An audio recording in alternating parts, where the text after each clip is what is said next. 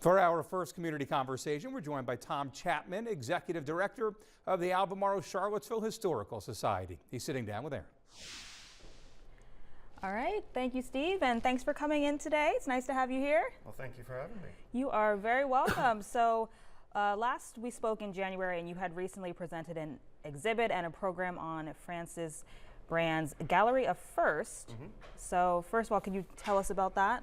Yeah, Francis Brand's Gallery of First. We have about almost 160 of her portraits that she did, primarily in the 1970s. When we did this exhibit back in January, we did a program and had some of it up at the MLK Center. And during that presentation, we had a lady, Amy Hill, who's a local graphic designer, creative professional, come up to us and said, "These portraits are amazing." Wow. And she didn't realize that the stories behind these people were also amazing.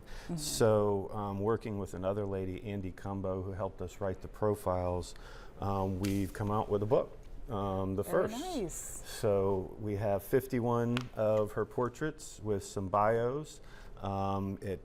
Telling the story of these folks who lived during the latter half of the 20th century.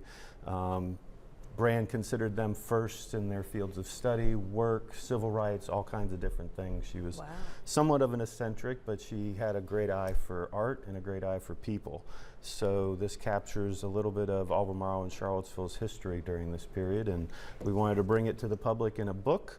And you can find it also on our website, on our shop. We have a new online shop. So very cool. albemarlehistory.org. Just in time for the holiday season. Just in time for the holidays, yes indeed. Perfect. And so this book also includes local art, correct? Yes, yeah. It's there's a lady who is included in this by the name of Alice Ivory, and that's another thing that we've been doing. We have an exhibit of hers, and this is just some learning resources that we had. Some folks at New American History, Annie Evans, who was a local teacher here for many years, did that for our students. But Miss Alice Ivory was a local, lived in Whitehall for many years.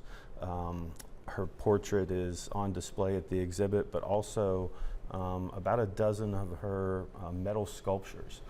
So she was a first in many ways and broke some boundaries.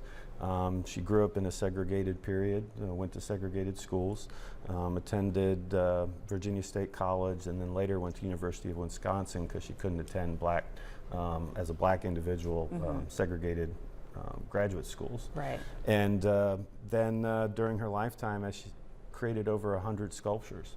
And one of our board members, Kay Slaughter, was very interested in this and started looking around, found that a bunch of her friends had some of her pieces, pulled these together, and the exhibit came together. So it's a great partnership that we're working with the Jefferson School of African American Heritage Center and Andrea Douglas, over there. And so we're very happy to shine a light on this important black sculptor and artist. Absolutely. And what's next with the Historical Society? Anything new coming that we can expect in the new year? Yes, well, in January, we have a hold the date for your viewers. So on January 16th at 5 p.m. at the Martin Luther King Performing Arts Center, we'll have Timothy Hafey. And he was the investigator for both the 2017 Unite the Right rally and the January 6th January 6th U.S. Capitol issues. So he will discuss his new book, Harbingers. And other than that, with where we are, we're at the end of the year, so we're looking at the giving season.